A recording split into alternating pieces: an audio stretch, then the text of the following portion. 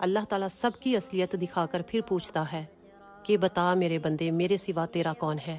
آپ کو ایک بار کسی نے دھوکا دیا، آپ ایک بار ٹوٹے، لیکن پھر سے آپ نے دوسرے پر اعتبار کیا، اس نے بھی آپ کو دھوکا دیا، پھر سے آپ کو رلایا، لیکن پھر آپ کو سمجھ نہیں آئی کہ یہ اللہ تعالیٰ کی طرف سے اشارہ ہے۔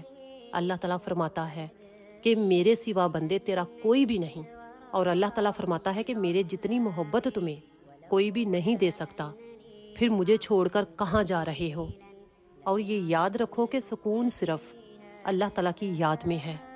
اور کبھی آپ نے یہ سوچا ہے کہ جس کی وجہ سے آپ بے سکون ہو گئے، جس کی وجہ سے آپ ڈپریشن کے شکار ہو گئے، جس کی وجہ سے آپ کا دل بیمار ہو گیا، وہ تو بڑے سکون سے ہے، اس کو تو کوئی فرق ہی نہیں پڑا۔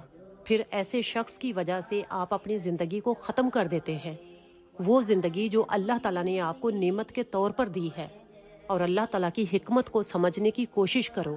اللہ تعالیٰ فرماتا ہے کہ اپنی جانوں پر ظلم نہ کرو، اور آپ اپنی امیدیں اور توقع ایسے لوگوں سے نہ رکھیں کہ جو لوگ خود فقیر ہیں۔